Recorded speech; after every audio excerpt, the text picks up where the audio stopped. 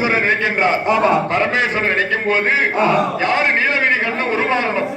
நீலகிரி கண்ணம் உருமாறி மோகினி அவதாரம் எடுத்து இந்த குழந்தை பிறக்க வேண்டும் மணிகண்டன். அப்படி மகிஷமுகி என்பவள் சித்திரவதை பண்றா தேவர் மூவரையும்.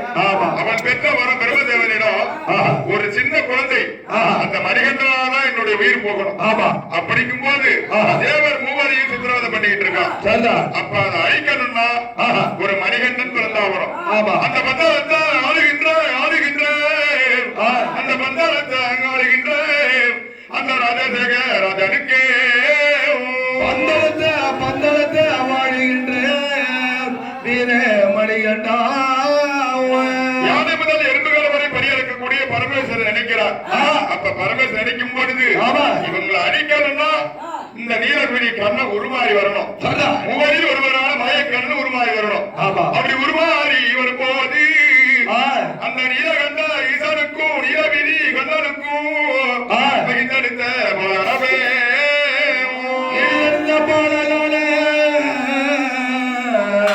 ஐயா பந்தளத்திராஜன் வேட்டையாட வராருங்க. வேட்டையாட வரும்போது பம்பையில குவா குவா என்ற ஒரு சத்தம், ஒரு குழந்தையின் சத்தம் கேட்குது. ராஜசேகர ராஜனுக்கு இடம்புரியாத சந்தோஷம். இன்னைக்கு ஏதோ ஒரு மனமாற்றம் தெரியுது. அப்படி என்று பந்தளத்து ராஜனம் அந்த வழி மார்க்கமாக வரும்போது மணிகண்டன் குவா குவா என்று கத்தினாரோ கோவில் கத்தினாரோ எங்கள் மணிகண்டன் மணிமாலையோடு ஒரு குழந்தை பிறந்து கிடக்குது. அந்த மணிமா அசுரர் வாக்குவது என்ன சொல்லுது? மணிமாலையோடு பிறந்ததா அவருக்கு மணிகண்டன் என்று பெயர் சூட்டு.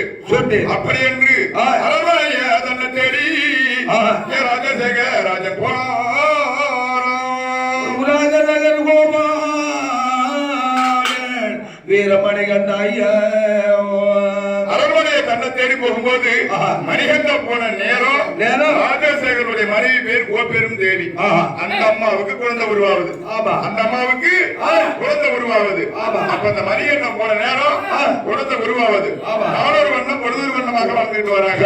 விளக்கும் பொழுது மணிகண்ட மந்திரி சுற்றியால மணிகண்டான காணக ஓட்டி வைத்தான்.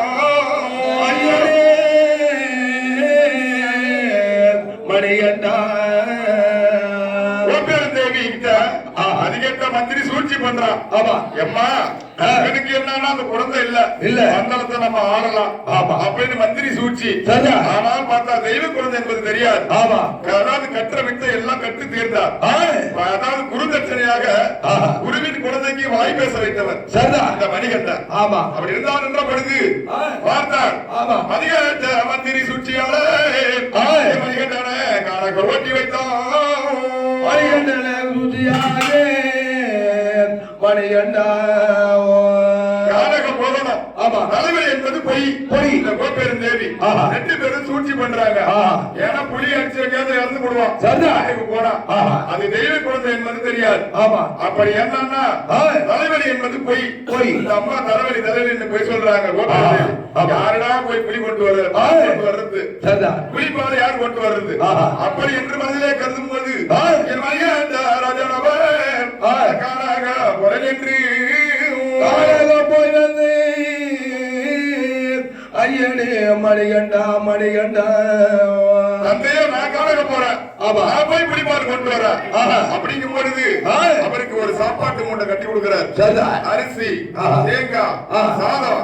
அதுதான் இன்றைக்கு இருமுடி. எப்படிங்க? அதுதான் இருமுடி. அப்ப அந்த மணிகண்ட குழந்தை அந்த இருமுடியை சுமந்து கொண்டு வனவாசம் தேடிதானே மணிகண்ட தேடினாலே ஐயனே மணிகண்டா மகிஷமுகி அடிக்கடி எடுத்த அவதாரம். ஏன்னா பூமி பாரத்துல அவதாரம் தெய்வ அவதாரம் அவருக்கு தெரியாது. அப்படி இருக்கும் பொழுது இந்திரன் புலியாக மாறுகிறார். இந்திரன் புலியாக மாறி புலிப்பால் கொண்டு வராரு. இந்திரன் புலியாக மாறியதான் அரண்மனையே தன்னை தேடி தேடி ஐயனே மணிகண்ட அரண்மனையை தன்னை தேடி வரும்பொழுது ஆமா. யாரு கோப்பெரும் தேவியும் ஆஹா. மதியத்த மந்திரியும் முடிக்கிறாங்க. ஆமா. என்னடா இவன் எப்படியாவது ஒரு நாடகத்துல ஏதோ சிங்கப்புலி அடிச்சு பார்த்தா ஆய். அவன் புலி மேல ஏறி அமர்ந்து கொண்டு வரானே. ராஜா. அப்படி என்று மனதிலே கருதி ஆய். நான் செய்தது தவறு என்று ஆமா, ஆமா. மதியத்த மந்திரி கோப்பெரும் தேவியும் ஆய். மன்னிப்பு கேட்டான் மன்னிப்பு கேட்டார் ஐயனே ஐயனே. நான் செய்தது தவறு. ஆமா. எனக்கு முதல் வந்த பிள்ளை இந்த பிள்ளை. இந்த பிள்ளைக்கே மகுடம் தரிக்கணும். ஆமா. அப்படி என்று சொல்லும் போது பார்த்தால் மணிகண்டன் எனக்கு மகுடம் தரிக்க வேண்டாம். என் தம்பி யாரு பிறந்த தம்பி ராஜாவுக்கே மகுடத்தை தரிக்க வேண்டும். ஆமா. அப்படி என்று சொன்னாரோ அப்படி சொல்லும் பொழுது பார்த்தால் ராஜசேகர ராஜா எப்பா மணிகண்டா நான் உனக்கு தான் மகுடம் தரிக்கணும். தம்பிக்கு மகுடம் தரிக்கிறீங்க என்ன அப்படி சொல்லி அப்படி சொல்லும் போது அந்தையே எனக்கு மகுடம் தரிக்க வேண்டாம். என் தம்பிக்கு மகுடம் தரிக்க வேண்டும். மார்கழி மாதத்துல மகர ஜோதி என்பது வரும். மார்கழி மாதத்துல மகர ஜோதி வரும். அந்த மகர ஜோதியில பம்பையில இருந்து ஆபரண பெட்டி வருவோம். அதுவே எனக்கு பட்டாபிஷேகம் என்று சொன்னாரா ஐயப்பன். பட்டாபிஷேகம் என்று ஐயனே மணிகண்டா மணிகண்டா. தந்தையே நான் எடுத்த அவதாரம் முடிகிறது. எனக்கு ஒரு நிபந்தனை. நான் விடுமானவது எங்கே துணிவதோ நான் விடுமானவது எங்கே துணிவதோ ஒரு ஆளை எடுத்த வேண்டும் என்று வரைத்தான் ஐயனே சித்தாலய கையபத்தி கையபத்தி சித்தாலய கையபத்தி கொஞ்ச நேரம் வருங்கண்ணே. சிந்தனையே கையபத்தி கையபத்தி கொஞ்ச நேரம் வாரு கண்ணு ஐயப்பா.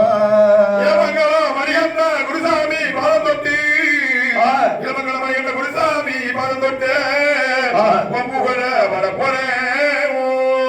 அவரிவர ஐயப்பன் குருசாமி பாதம் தட்டி பொன்புகழ் பாட போறேன் ஐயப்பா ஐயப்பா. அதனூர் குருசாமி ரவிபாதம் தன்மனைக்கு அதனூர் குருசாமி ரவிபாதம் தன்மனைக்கு பொம்புகர வர போறேன்.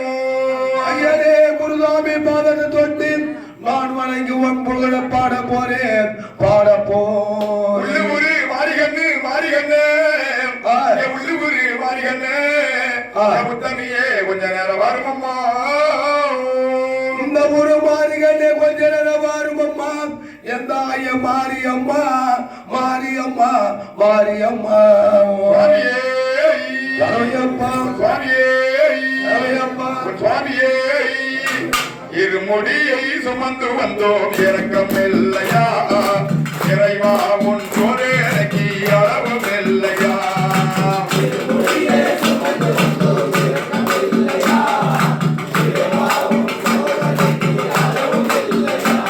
அந்த இருமுடியை சுமந்து வந்தோம் இறக்கம் இல்லையா இறைவா உன் எனக்கு அளவும் இல்லையா.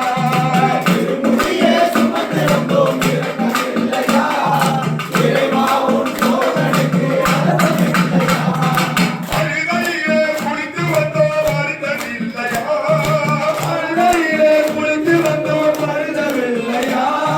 கண்ணாடியிலே குளித்து வந்தோம் வருதலில்லையா.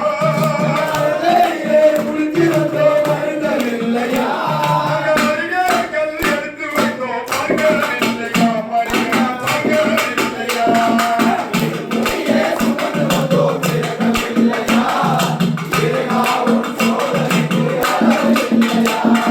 சரணம் சரணம் ஐயப்பா சாமி சரணம் ஐயப்பா சரணம் சரணம் ஐயப்பா சரணம் சரணம் ஐயப்பா.